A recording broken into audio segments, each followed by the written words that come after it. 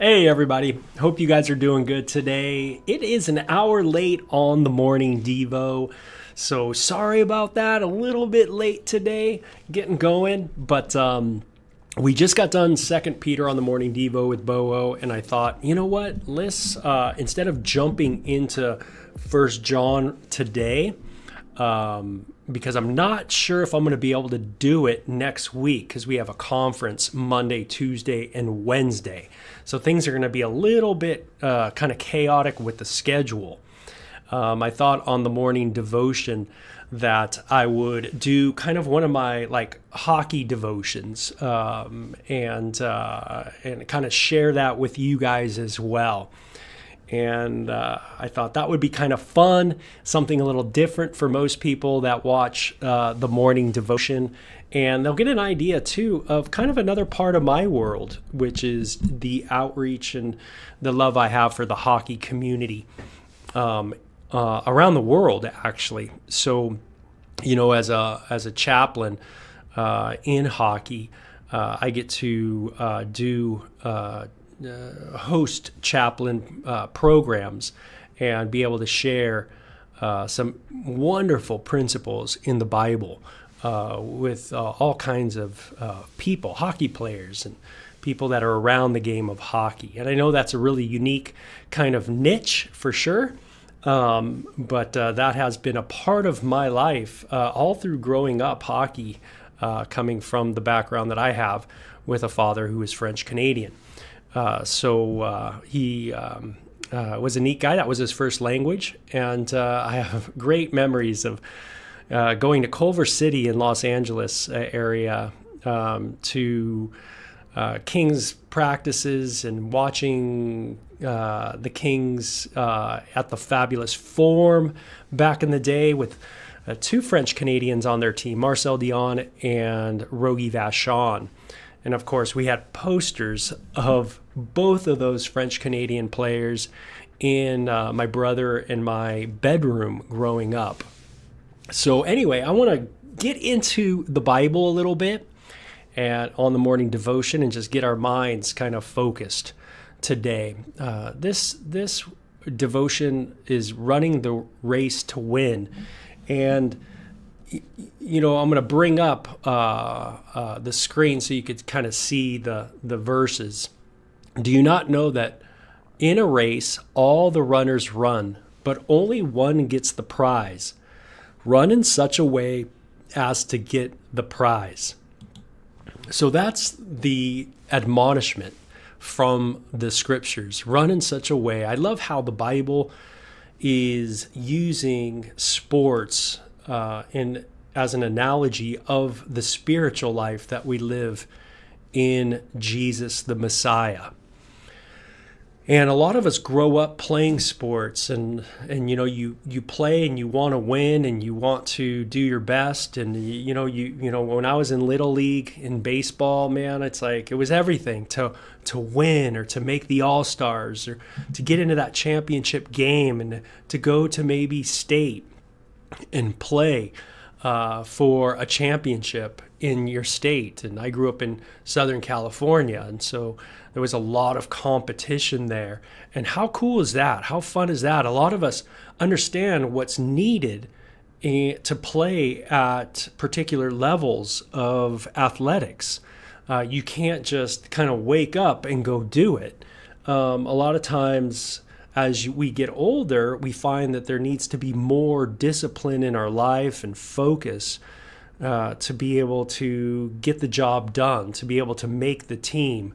Not everybody's going to make the team. Not everybody's going to be able to play at that level, but you try your best.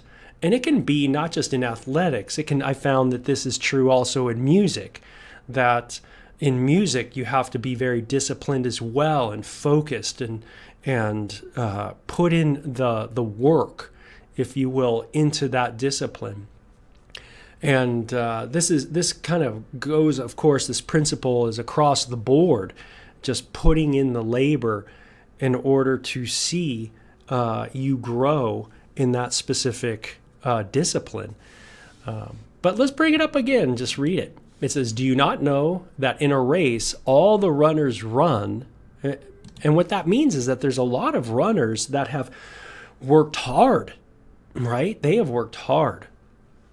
And we just had the Winter Olympics. I mean, was that not awesome? The Winter Olympics. I mean, think of how hard all these athletes have trained to be a part of the Olympic Games. And some of all that training was done in 10 seconds, meaning after 10 seconds, it was over. Something happened. Sometimes it was a tragedy. It was a crash. And the end. For others, all that hard work paid off in a medal, a bronze, a silver, or a gold.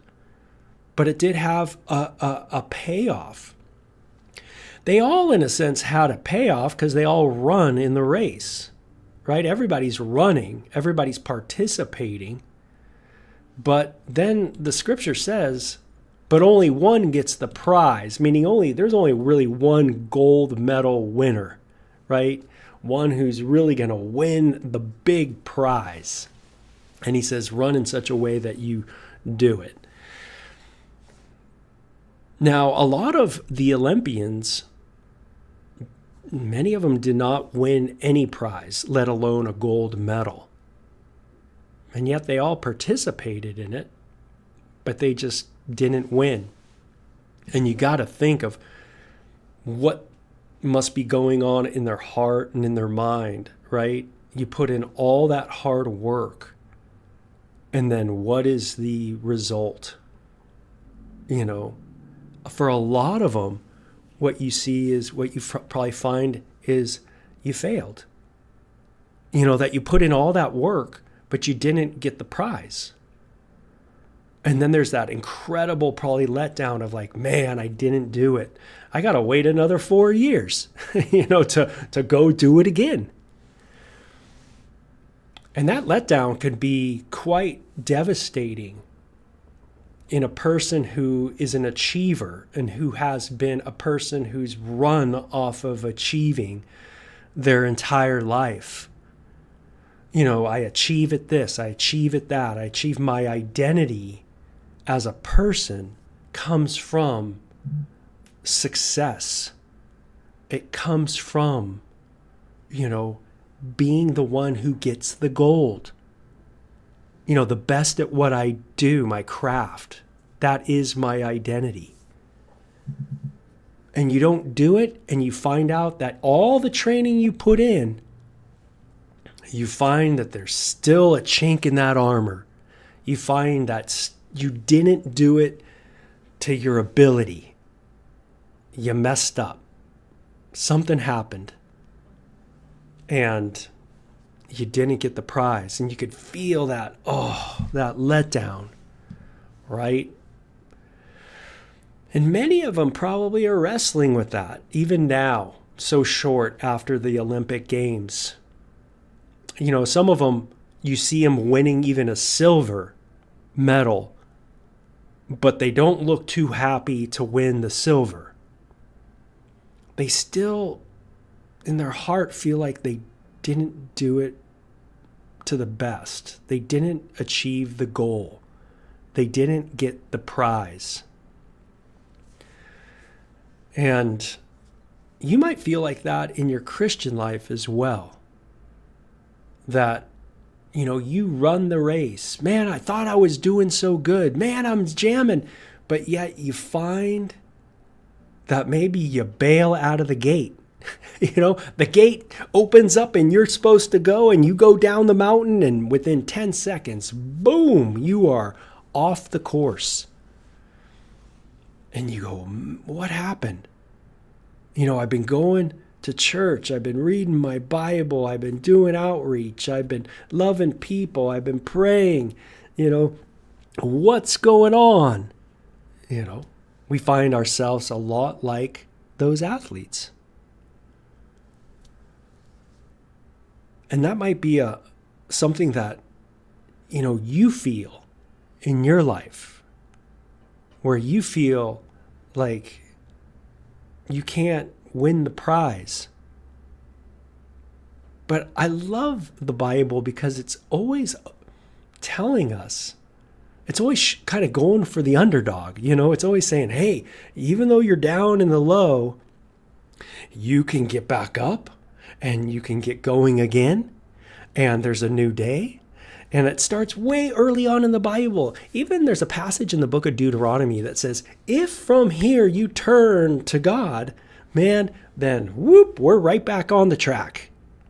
If from here, today is the day the Lord has made. If from here, maybe today, right now, if from here I turn to the Lord, then there can be great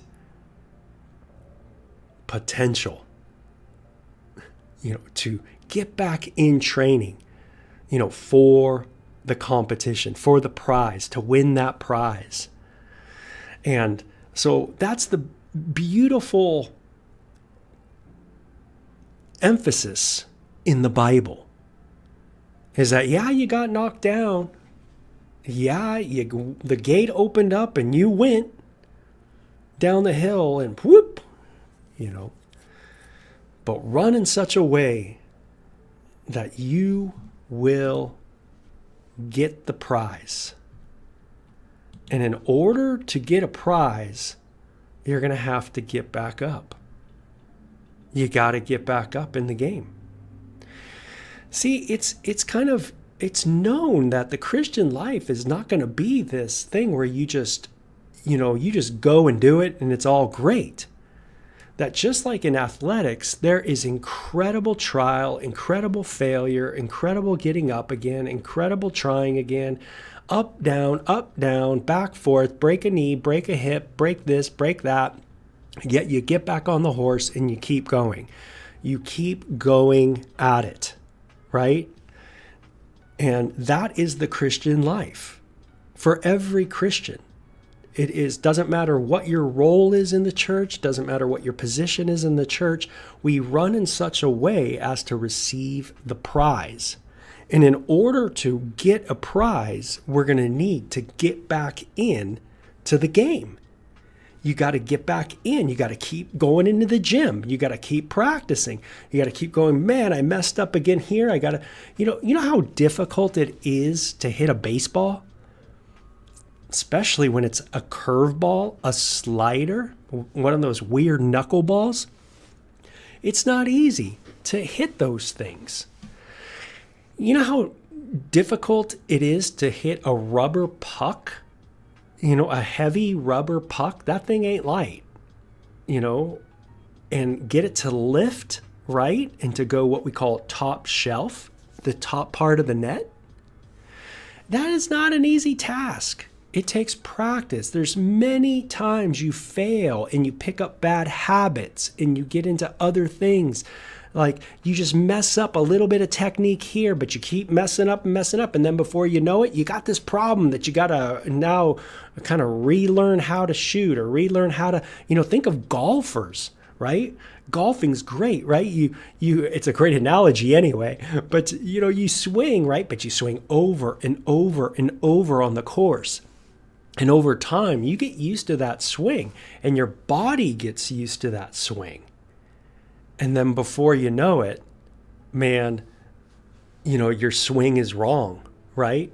You've been swinging wrong the whole time and it's never been corrected. So now when they correct you, it feels what? It feels awkward, and, but you got to get back into the game.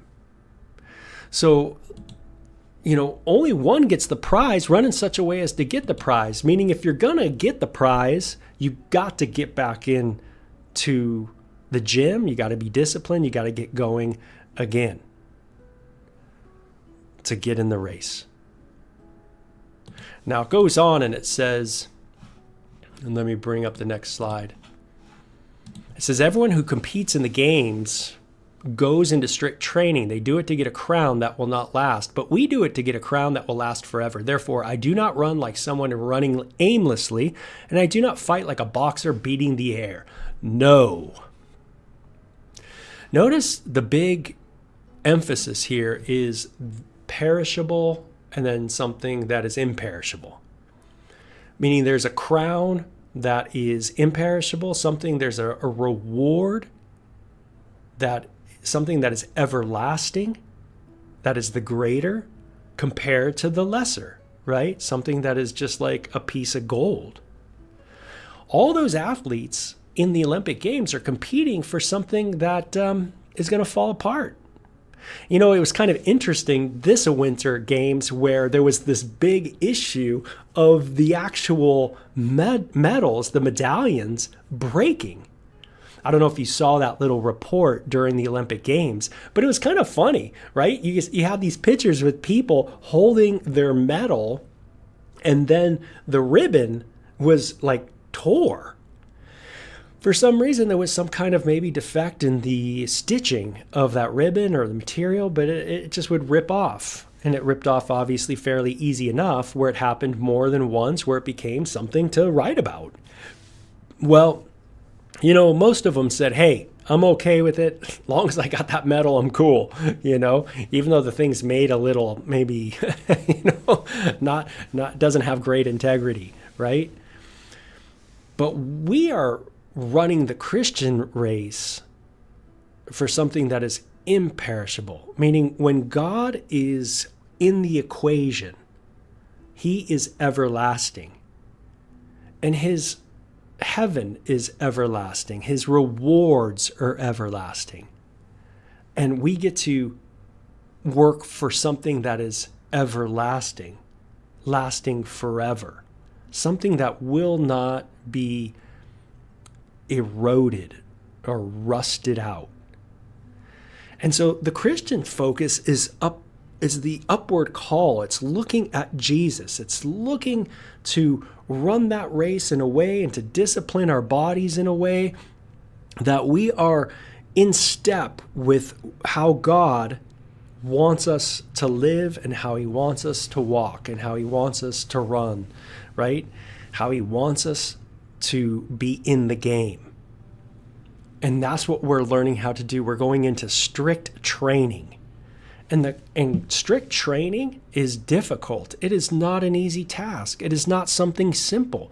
It is not something, working with any pro athlete, I would imagine in any sport. I only have my hands in one particular sport, but I imagine in all the sports, you see just how strict of training that they go through and how challenging it is because they deal with so much failure, so much success and so much failure. It's an up and down yo-yo in their body, successes with their body and failures with their body. Strict training. But we're doing it. We're going through that too, and that should be what you feel in the Christian life. You should feel in the Christian life that there is a strict training going on. There's a disciplining going on. There's a constant working on areas of your life to crucify I'm crucifying my body. I'm bringing it into subjection to Christ.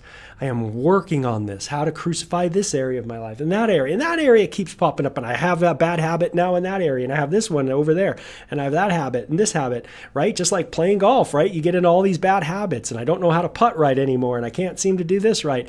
And man, I thought I was doing this great, and I had a great game last week, but this week I'm not doing so good. Do you see how it's very much like the Christian life? And Paul's saying this. And he says, therefore, I don't run like someone running aimlessly, like I have no direction, right? It's like, what if you were watching the Olympic Games and, you're watching that giant, jump that they do, the big ski jump, and they fly off that thing, and they're like, whoa, going like that. What if the gate opened up or whatever, and they started, and they went right off the thing, just right off the track, aimlessly, right off. I grew up in an era where I remember the agony of defeat.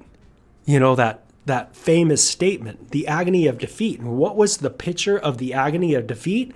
It was a person flying off the ski jump in the Olympic Games, like literally going sideways and crashing. It was unbelievable. We don't run aimlessly. No sport has just an aimless discipline. There is no such thing. When something's disciplined, it is not aimless, right? So when discipline's involved, there is strict training. It's the opposite of just running aimlessly. I've never seen a pro athlete just get to the gym or to the rink and just do things aimlessly. Everything is mapped out of what they are to do in that session. Everything's on the board, everything's on the computers, everything's out, everything's this, everything's that. When they're, everything's up, man. They have everything up there so that they can look at it and go, man, yeah. Everything's strict training. And there's, like I said, there's ups and downs in it. They're going to see failure. They're going to mess up here, they mess up there, all that. That's all given. But the strict training is that they're in. They're in it. They're getting the commands. They're looking at the commander, the coach, and they're going, okay, coach, what's the next thing to do? Man, they're so that they don't get on the block and they go aimlessly. They know the slalom trail, right? They know the track. They know what their slope is supposed to go. When they're going through the slalom, and there's the poles, and they're going around those poles. Have you ever thought watching that? Like, how do they know? Like, which pole to go around? Gosh, that must be so difficult going around those poles. I'd get lost and I'd probably bail. But they have gone through strict training. They have made the mistakes. They have made the blunders. And it burdens them even today that even with all that training, they get into the Olympics and they still have blunders. They still miss the mark. They still miss the pole. But they get back up and they run through that strict training again. They go through the gym. They go through the slope trail of how this thing's supposed to go so that they're not running aimlessly, right? Not just running helter-skelter, all over the place. I don't fight like a boxer who beats the air, right? Like an air, just fighting air, that doesn't land anything, right? And let's see what else he says. He says, I strike a blow to my body and make it my slave so that after I have preached to others, I myself will not become disqualified for the prize. Don't you love that? I strike a blow to my body and make it my slave. Meaning I am working on me. I strike a blow not to other people, but I strike a blow to me. I'm looking at me, disciplining myself, working on saying no to ungodliness. Boy, if you try to say no to ungodliness today, it will be difficult. Because ungodliness comes in all shapes and sizes. It's out there in the big bad world, and it's also in here. And so Paul says, I am going through this spiritual life with Messiah where I am learning how to discipline my body and bring it into subjection, to go through that strict training. And again, there is the ups and the downs and the doing it wrong and the messing up. And now I'm in the game, but I still mess up and all that. But I get back up and I'm back in the race and I'm disciplining more and I'm working on it more. And boy, it is a constant work. There is no break time in the if you will, the fight in athletics. Meaning when you're in the season, you're in the season. When you're in the baseball season, the football season, the hockey season, whatever season, skiing, whatever it is, you are in the season. It is training time. You can't just enter into training and then stop and kind of take breaks, right? Like hey, I'm going to be out of season. I'm going to go, I'm going to go spend some time somewhere else. I'm no longer going to train. No, when you're in the game, you're in the game. And the Christian game is always on. We're always in it every day, every minute, every hour. We're in the game. And we're working on, oh yeah, I need to bring my body into subjection to Christ now. Oh yeah, I got to bring my body into subjection in Christ now. Oh yeah, I got to deny myself this. I got to deny myself that. I got to relearn how to live here. I got to relearn how to live there. I got to relearn how to, have a lot and how to have a little. I need to learn how to serve God in all situations. Or do I just know how to serve God with a lot? Right? Do I know, am I working all the time in my Christian life on how to serve God in all different circumstances? This is what Paul is getting at. Let's see it again in the scriptures.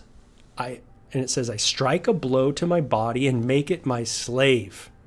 That subjection, right? So after I have preached to others, I myself will not become disqualified for the prize.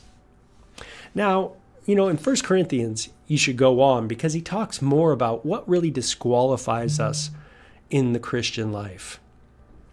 And he's going to talk about a thing called love, right? That though you have everything, but you don't have love, man, you don't got anything.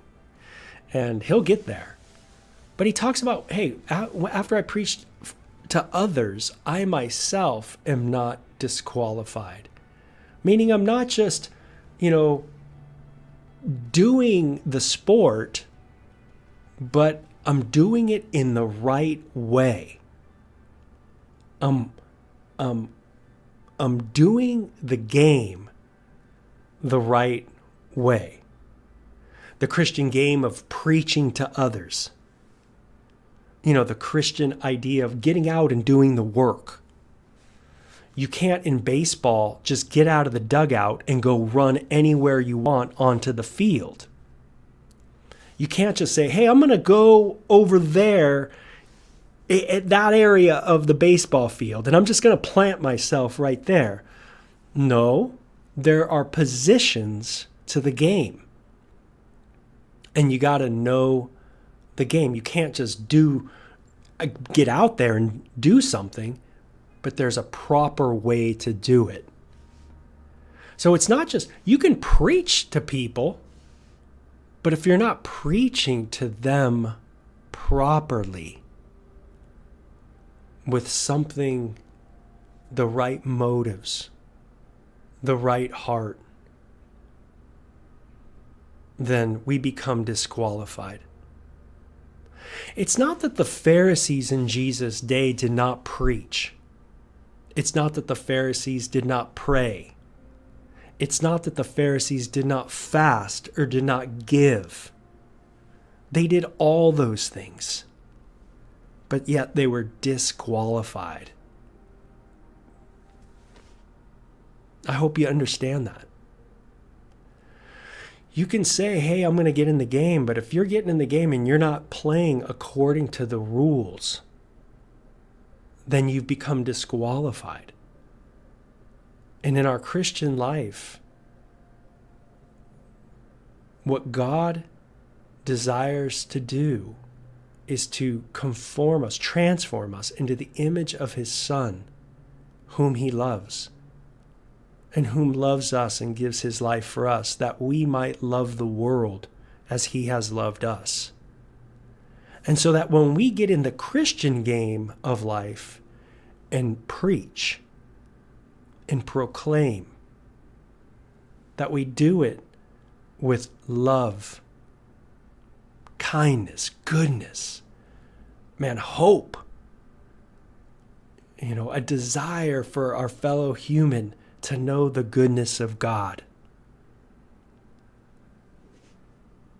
Not preaching in a way that's trying to manipulate and trying to coerce and trying to gain power, just using it as a power game.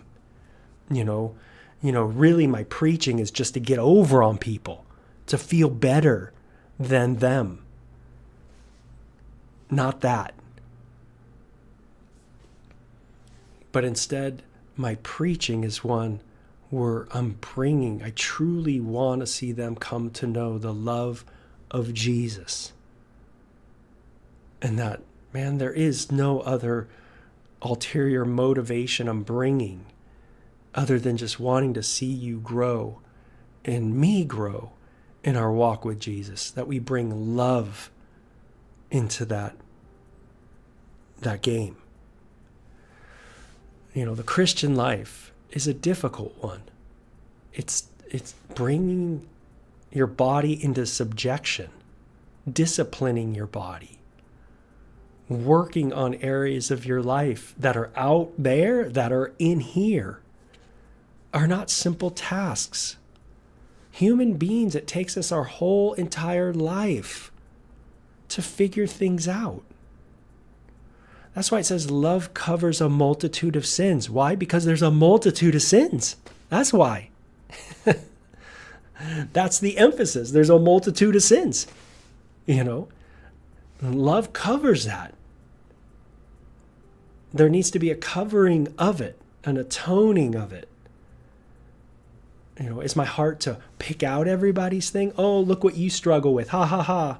Look at what you deal with. Ha, ha, ha. Look at what your weaknesses are. Oh, God, I used to be like that, but not anymore. Because, boy, look at me. Is that your attitude? You're preaching to others, but what's in your heart? You're in the game, but you're not competing in the right way. And, on a team, I've seen this over my years of chapel work, but a team is a fragile organization of people. A team is. And if you get a person on that team that is disgruntled, a person on that team who's not on the page, if you get a person on that team who is, and it can be anybody, it can be the best player, it can be the not so good player. If you get anybody on that team that we get squirrely, it affects the team.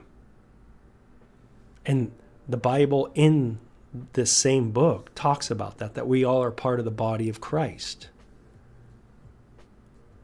And when we're competing in athletics, we have to be looking in the right direction. We have to be looking at the coach and getting our cues from the commanding officer, the coach, and saying, what is it that I need to be doing? How can I get better at this? This kind of stuff, going through the practice, miss balls, work on bad habits, work on this, work on that, all that, but that's all. But I'm looking at Jesus. Does that make sense? I'm fixed on him, totally looking at Jesus. Man, I know I got my issues. I'm looking at you, Jesus. You're my coach, those kind of things. But when you get people that are on the team that go rogue, that it's no longer about listening to the coach. It's no longer about listening to the commanding officer. Man, they become disqualified to be on the team. And I've seen that. Where people, no matter how good they are, if they are not a good fit for a team, they will have to be taken somewhere else. They will get traded. Because they need a group of people that buy in to the organization's direction. And you've heard that before, right? I bought into it.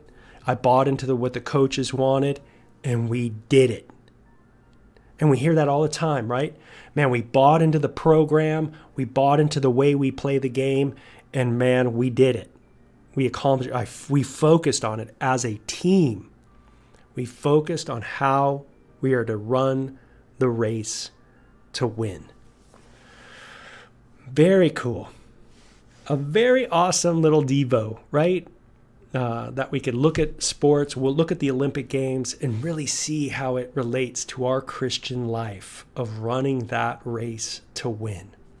I hope you got some good gems out of that. So you guys have a great one. Thanks for, just doing this Devo with me that's a little different than what we do. So next week, I'll see what my schedule is. It looks like Thursday, I'm going to jump back in the Devo. So you guys have a great one. Take care, okay? Bye-bye.